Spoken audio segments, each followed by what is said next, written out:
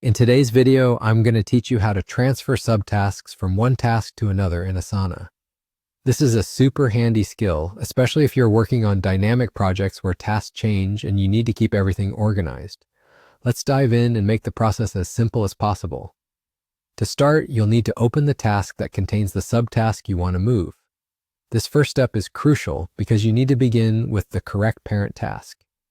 Take a moment to locate it within your Asana project, and once you've identified the right task, go ahead and click on it.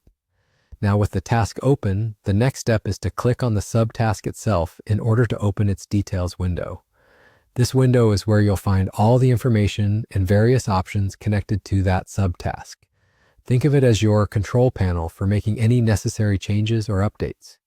Then, as you look at the subtask details window, pay attention to the top right corner. There, you'll spot the three dots menu, commonly referred to as the ellipsis. Clicking on this menu opens up a range of options. From the list that appears, you'll want to select Convert to and then choose Subtask. At this point, the screen will present you with a field where you can search for the new parent task. Simply start typing the name of the task you wish to relocate the subtask into. As you type, a list of tasks will appear. When you see the correct task, go ahead and click on it. And there you have it. Your subtask has now been successfully transferred to its new parent task. One of the best things about this feature is that all the details of the subtask remain intact, so nothing gets lost in the process. This capability can truly be a game changer for keeping your projects neat and organized.